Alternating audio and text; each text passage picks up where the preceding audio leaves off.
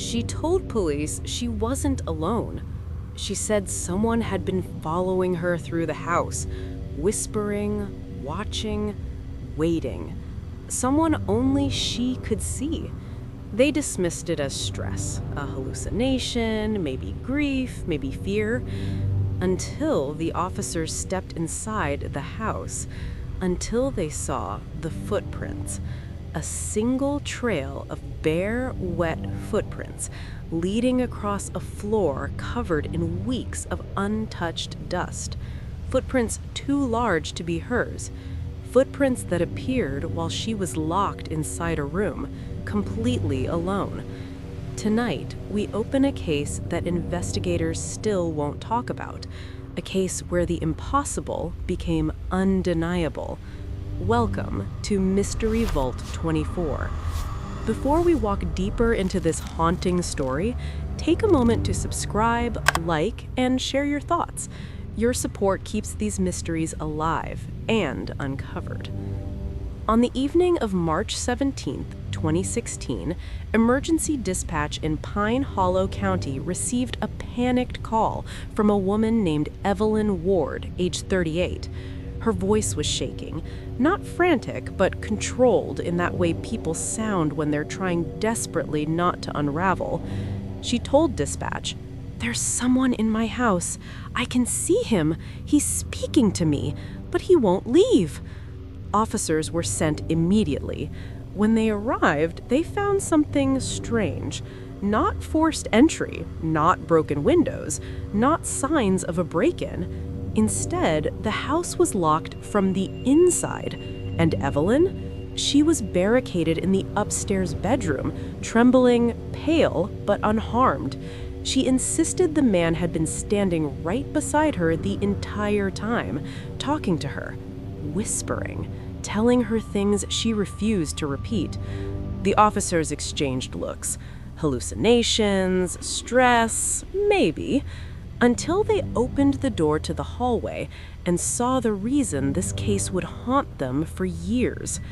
The hallway floors were coated in dust, thick enough that each step should have disturbed it, but the dust wasn't disturbed. Instead, sitting perfectly on top of the dust were footprints, clear, wet, fresh. A trail of bare human footprints leading from the far end of the hallway straight to Evelyn's bedroom door. The size? A men's 12, much larger than Evelyn's size 6 feet. But the officers noted something else, something they didn't report in the official record. The prints began in the middle of the hallway, not at the stairs, not at a doorway, not at the walls. They began where there was no logical point of entry, as if someone had simply appeared mid-stride. When officers asked Evelyn who the man was, she refused to describe him. She only said one thing: "He isn't supposed to be here anymore." Evelyn was taken in for questioning. Her hands shook as she spoke, not with fear, but with exhaustion. She said the man had been appearing to her for weeks, always in the corner of a room, always half-shadowed, always speaking in a calm, measured voice. "He wants me to listen," she kept saying. "He keeps telling me he's not done." When officers asked who he was, she hesitated, then whispered, "My husband." But her husband, Daniel Ward, had died in a boating accident 3 years earlier. His body was never recovered. Detectives tried to ground her. They asked how her husband appeared. She didn't describe a ghost. She didn't describe a vision. She said, "He looks exactly the same as before he died. Same clothes, same voice, same smile. He sits beside me. He touches the walls. He walks through the house like he never left." They pressed further. If he's walking through the house, why isn't there dust disturbed? Her answer chilled everyone in the room.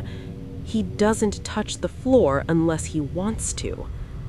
For the next 2 nights, officers rotated outside Evelyn's home.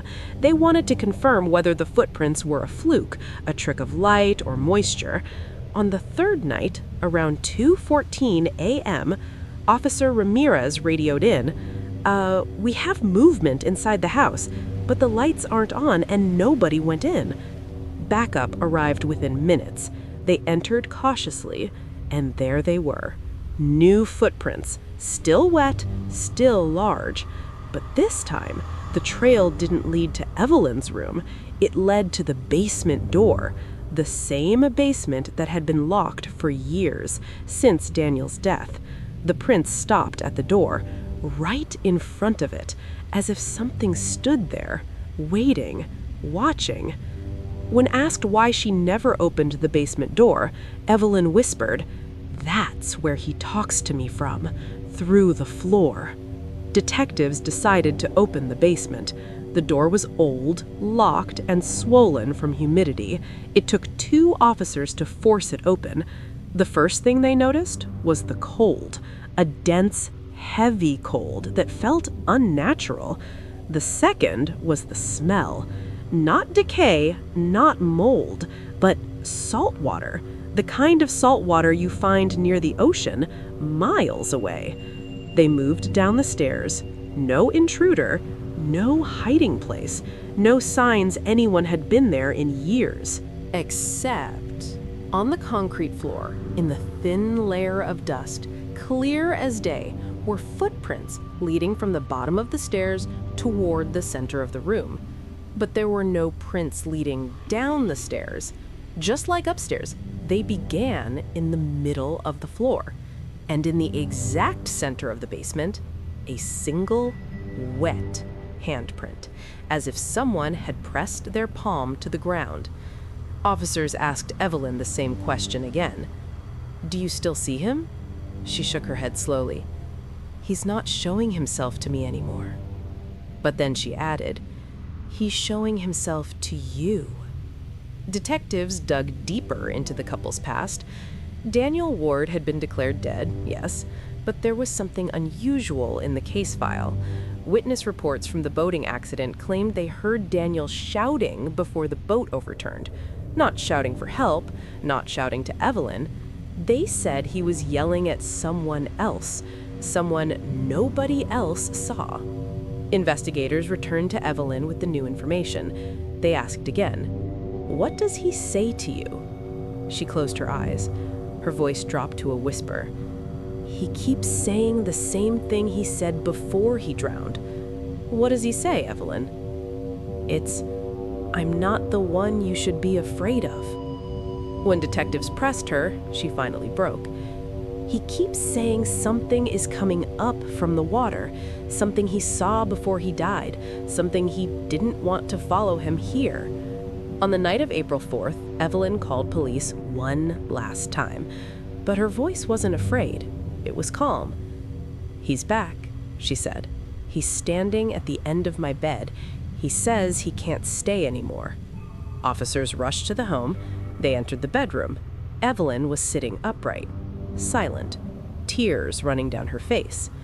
The room was empty, but on the floor, leading away from the bed, was a fresh trail of footprints. They led to the window, a window that was locked from the inside, and on the glass, a single wet handprint, fading as if someone had pressed their palm there before stepping away. Evelyn whispered, "He's gone." After the final incident, Evelyn moved out of the home. Detectives closed the case, citing psychological stress combined with environmental factors. Unofficially, every officer who entered that house reported the same detail, a faint scent of salt water, even when the house was dry. The footprints were photographed, measured, analyzed. They did not match Evelyn. They did not match any officer. They did not match anyone in the missing persons database. To this day, nobody knows what left them or why they always appeared wet, as if the person had just stepped out of the water. So, what did Evelyn see? A grief-born hallucination? A final goodbye from someone she loved? Or the return of a presence that should never have followed her home? We may never know, but the footprints, the handprint, the cold, the saltwater scent, those remain unexplained, And perhaps the most unsettling question is this: if he wasn't the one she should fear, then who or what was? Thank you for entering the unknown with me. This is Mystery Vault 24.